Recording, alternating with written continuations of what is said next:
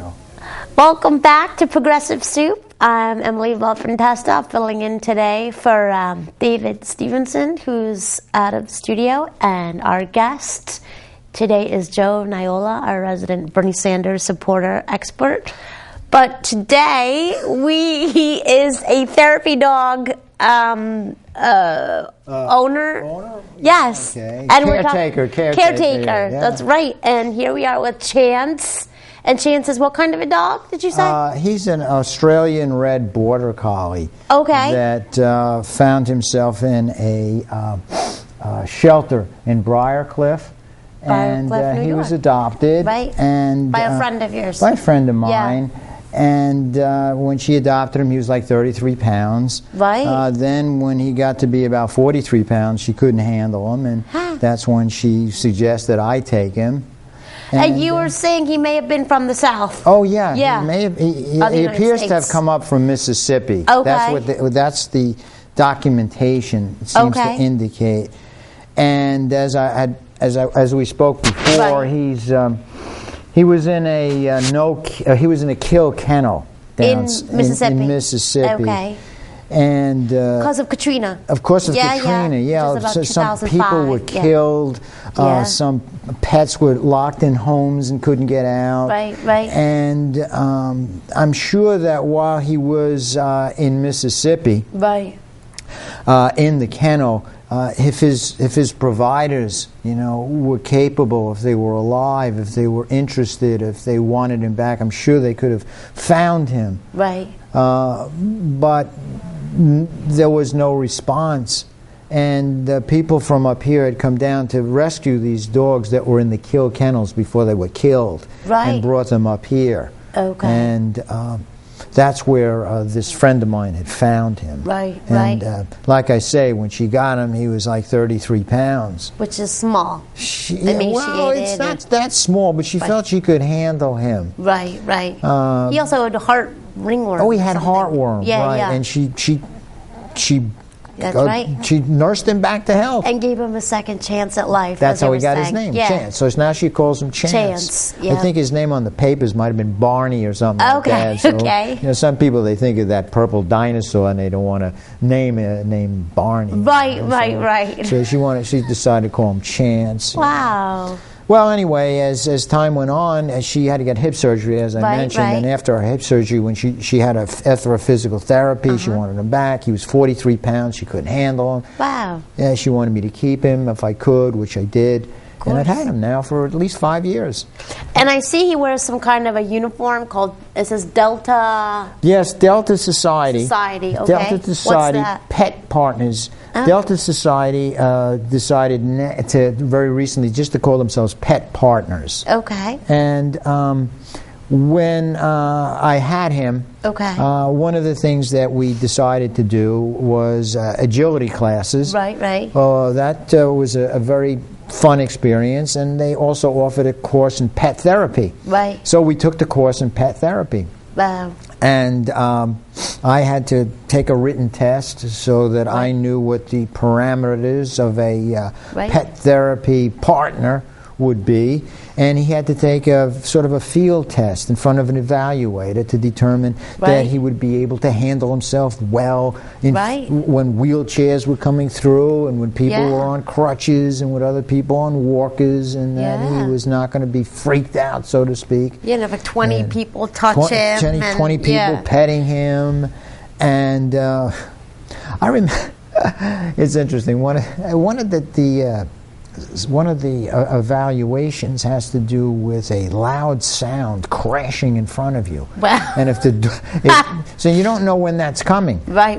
And the last time we were evaluated, I forgot all about that. Oh my God. And we were in the middle of a test, and all of a sudden, boom! And I went like this, and he went like that, but he didn't bolt away, so we managed to get, the point. You have to get, I think, 1 or 2. Okay. If you get 3, you get eliminated. Wow. And he passed, and he was certified for about 2 years. Wow. And I didn't do anything. Right. I said, my God, why don't you just recertify him and do something? And I was more able to do something after the first 2 years because then I was retired. Right. So I went back. I got him recertified a second time, and I requested volunteer work at Laurel Ridge right here in Ridgefield. Wow. Well, we're in Danbury, but Ridgefield's just down the road. Right.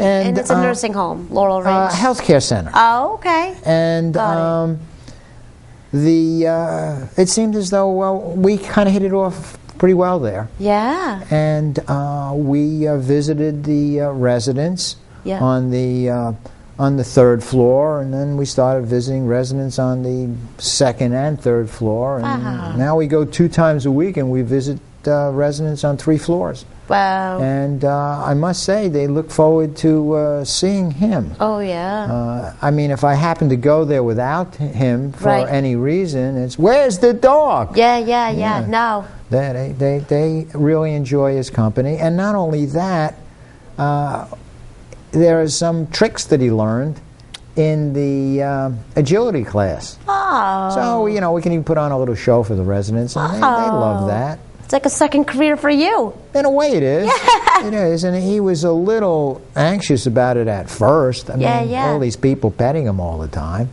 And then he just kind of realized, hey, this is okay. And he's got some people down there that he's even very fond of, and he looks forward to seeing. And I could tell. I mean, I'm a massage therapist, and I was going to Hebrew Home in like Riverdale, in the Bronx, Riverdale, New York, and I would go and work on the patients. It's a healthcare center, and but the woman in charge of the social activities for the patients, she had a therapy dog, and she'd have the dog with her all day, and the patients who were not comfortable being touched loved the dogs, because I think when you're petting a dog, like, you're in control of the touching, and whereas if you don't like being touched, you're not comfortable being touched. At least everyone loved petting the dogs. It supposedly has an effect on your entire physical well-being. Oh, yeah? Yeah, it affects your blood pressure. Exactly. There's something about it, the interaction. Puppies and babies have an effect on human beings. Human beings, a lot of human beings. Right. And whatever it is, I know myself, sometimes I'm feeling a little anxious, and I'll call him over, I'll scratch his head or something. Hey, buddy, come on up. What do you say? Come on.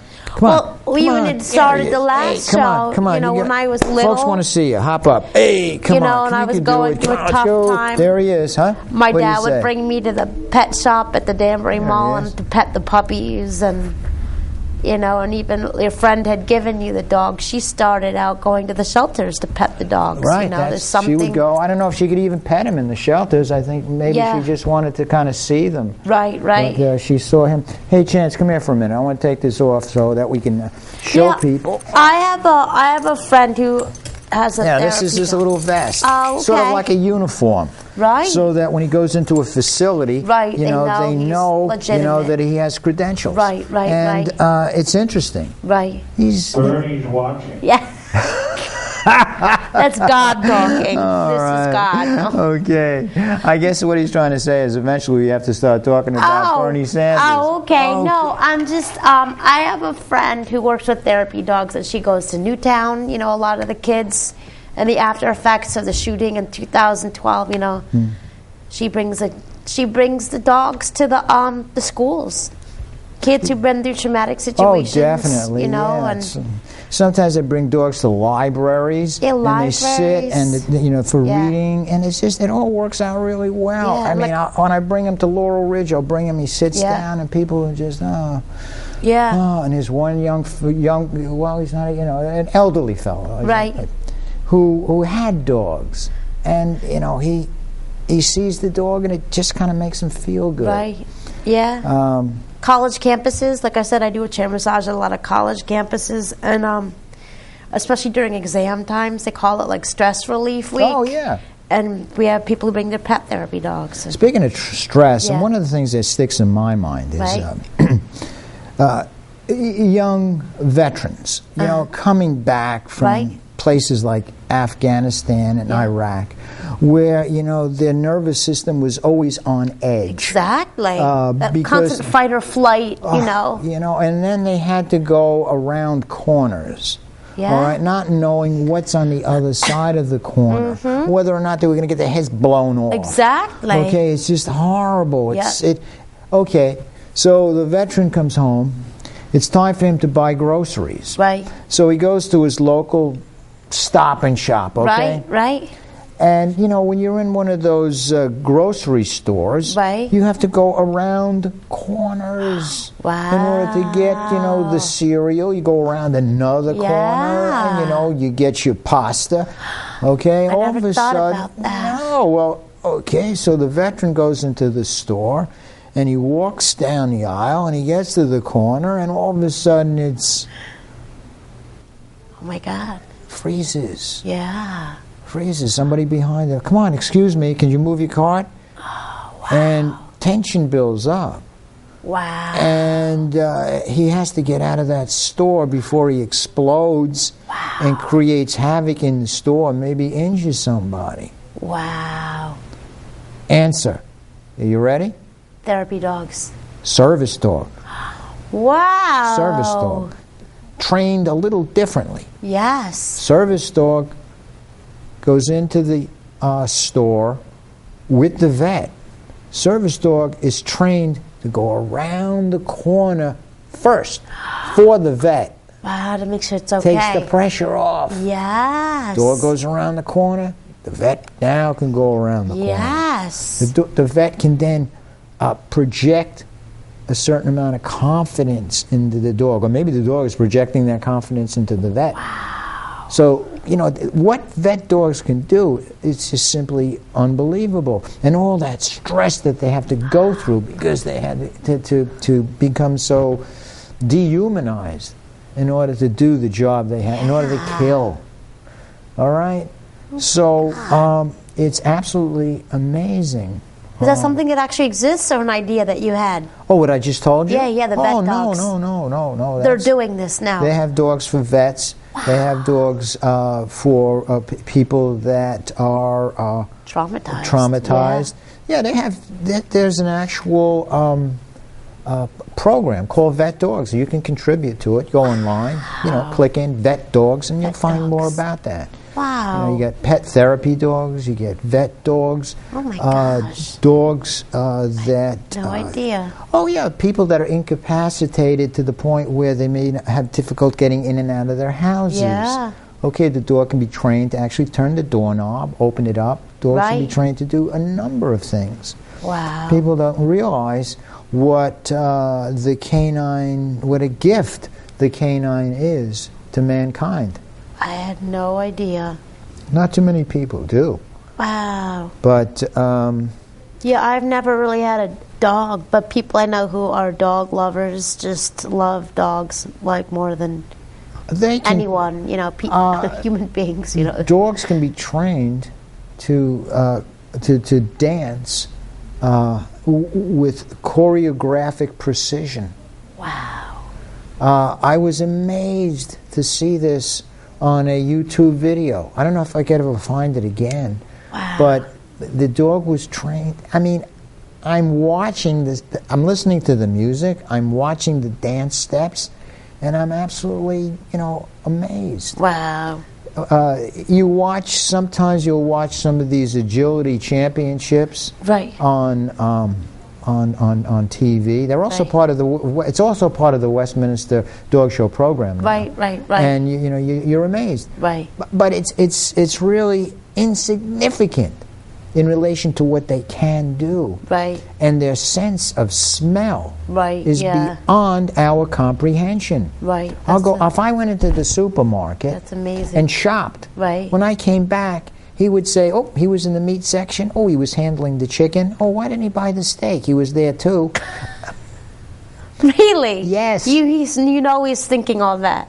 It's not that he's thinking about it. It's just that he lives off his nose. You ever notice sometimes people are driving, right? They got the window open, the dog's head is out the window, and the wind is blowing. They say, oh, he loves the wind blowing in his face. Right. No. No, it's not the wind blowing in his face. Is all the sense that he's picking up. Wow. It's like, to us, we have a panorama of a beautiful landscape. We're more visually attuned. Him, whoa, he's living off his nose. Wow. I wonder what purpose that serves. Him? Yeah. I mean, why did they develop such a strong sense of smell? Dogs. Well, if you look at the shape of his head, and you look at the size of his nose, and as amazing as that is, as beyond our comprehension, it's nothing compared to an elephant. Right? Yeah. Wow. Elephants, whoa! They know what's going on. Yeah, that's true. I never if someone said it's to not us, just for eating peanuts. what's the last scent? Your senses. Yeah. What's the last senses you want to lose? I don't want to lose my sight. You want to lose your taste? You just you smell. But your sight. Oh. Yeah. For a dog, sight is not a priority. Right. Number one is nose. Number two is hearing. Wow. It's yeah, I remember my mom used to love lilacs. I love the smell of lilacs. And one time she had temporarily lost her sense of smell, and when she couldn't smell lilacs or not being able to smell your favorite scent, I mean, it's kind of, if it means a lot to you. Oh, it's very important. Yeah. It contributes to your sense of taste. It's true. You don't taste the same if you can't smell. You get a bad cold, the food doesn't taste the same. Yeah, it's true. Okay, fine. We'll get on to talking. So Bernie Sanders. Bernie Sanders. That's right. Okay, Bernie Sanders and Hillary Clinton were engaging in a debate last night, which I found kind of intriguing because the Democratic National Committee decided that they were going to have 6 debates, and just 6 debates, because what they consider Hillary to be, she is the establishment privileged candidate. Okay, she represents what, the Democratic National Committee wants for a Democratic candidate against a Republican candidate. Which isn't Bernie. It's not Bernie. No. Bernie doesn't reflect the agenda of the established traditional Democratic Party. Yes. Not only that, Hillary would never, in a debate, in any way expose the failings of any of her fellow Democrats. Bernie felt that, yes, fault for certain poorly decided bills which did not pan out well for the American people. He's honest enough to say, well, there were some Republicans and there were some Democrats involved in that activity. Bernie has a kind of integrity that goes beyond allegiance to party. It goes beyond allegiance to money. Yeah, it could be personal integrity. What he believes. Yes. I got a phone call from a friend, and this whole idea about, money in politics. And it kind of reminded me of the fact that the Koch brothers, very affluent pair, are essentially libertarian in their thinking. They are affiliated with the Democratic Party, and they're prepared to put more money behind the candidate of their favor, more money than even the Republican National Committee might be inclined to invest in. Of course, they may be pulling their hair out now because the Republican candidate that seems to be leading in this whole electoral primary process is a bit of a renegade. Trump. Trump is definitely his own man. Which is, one of the few admiring characteristics that he has that I might comment on. But it is significant, and I'll tell you why. When you're voting for a candidate, right, you are under the impression that that candidate is going to work for you, right, and for your fellow citizens, right, and in the interest of the country, in the interest of democracy. That's what you would think. Yeah. All right. I'm putting my vote behind this man, right, and he's my candidate, right, and I hope he's going to be my president, right, for the and people, he's going to be okay, and he's going to be for us. Yes. How can that be if that particular candidate happens to be beholding, right, to corporations, right, families, individuals that have put a significant amount of money, right, in their campaign contributions, right, all right? Yeah. And these politicians, they will spend as much as 4 hours a day on the telephone. Wow. 4 hours on the day on the telephone, talking to affluence, talking to money, right, in order to be sure that the funds are going to be there when they have to run again. Yeah. Now, if you take that 4 hours a day, every day, and you start adding up, they're not really dealing with the people's business, right, which they should be doing. Of course. Because the campaign finance system, all right, is rigged, it's broken, it's screwed up, all right? Now, if you're going to vote for Ted Cruz, right, you're going to have to scratch your head and say, yeah, I mean, is he my candidate or does he belong to the Koch brothers? All right, are they putting enough money in his coffers so that he's going to have to do what they tell him to do? Wait, Cruz is Republican.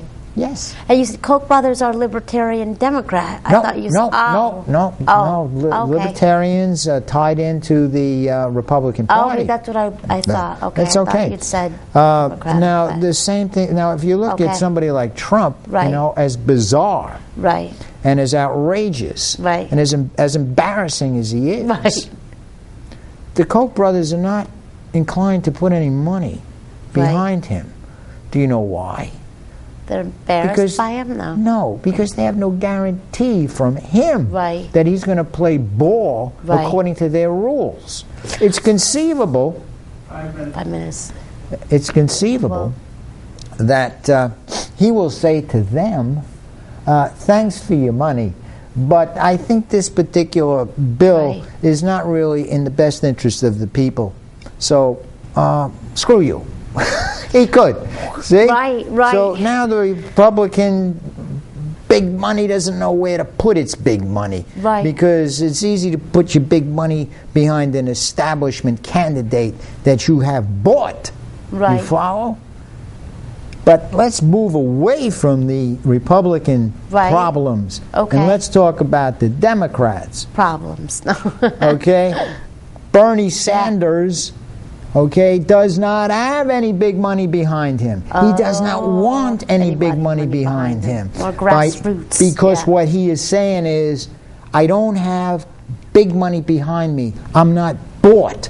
I can be a candidate for you. Right, yes. You vote for me, and I am beholding to you. Right. There's no conflict between your interests and the people whose pocket I'm in. Right, yeah. See? No, that is true. one of the most... that's why when he talks about Wall Street, and he talks about the money that is sitting in Hillary Clinton's PACs, the political action committees, whatever they are, all right, that generate money in her direction, and give her all kinds of exposure. Oh, wow. If there's a debate, Bernie may have won the debate hands down, but when you go and you check with the media, Hillary's picture is there. Hillary will always get the last word.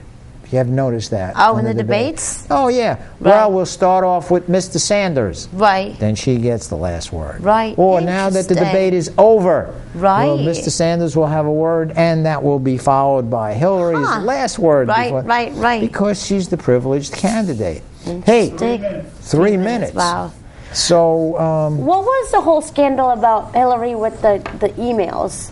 Well, Benghazi, or what was that? Apparently there was from my understanding of this whole email thing, and I'm not too sure exactly what it is, but she has a server on her, and that's a private server, and I think that it's not the server that is required. And a lot of these so-called top secret emails have to be, protected and secure. Right. And if they go on her private server or what have you, they're not secured. Okay. And that would mean that information could somehow or other leak out to people and organizations that are definitely not friendly to us. Okay, that's how I see it. You know, and if that's not totally accurate, I'm not sure. What is, and I'm not even sure we're going to find out. Of course. And I'll tell you why. Because since she is the favored establishment, privileged candidate, there unfortunately may be ways of burying any kind of dirt, okay, that could in any way disturb her presidential bid. Right, of course. Now, if the Republicans have something on her, they're not going to use it now. Okay, wait closer because to the Bernie might knock her out. However, if Bernie doesn't knock her out and she winds up being the Democratic candidate, maybe then they can bring it up. Right. Now, there's talk that 1 minute. Oh my gosh! Wow. What am I going to say in 1 minute? I don't know, but this is. I did want to say that a lot of the stuff we talked about, Bernie. Sorry. Michael Moore came out with the movie. Oh God! Now 1 minute's left, and you want to talk about Michael Moore's movie? I'm just we got to do another show. If you want to know a lot about what Bernie talks about with socialized principles, and Michael Moore talks how it is possible, and that they're doing it in other countries, and Bernie, I agree that why can't we do these things here? Like on the next healthcare, education. Next show, we're gonna take that Michael Moore movie and really run with it. Exactly. So thanks for joining us. I'm Emily Volpintesta and my guest Joe Niola, and we're gonna wrap it up today. Hey, buddy, come on, Chance. And Chance, the rescue dog. Thanks for joining us. Get up, buddy. Come back next week, and David should be back. This is Progressive Soup, and thanks. And join us next time. Bye.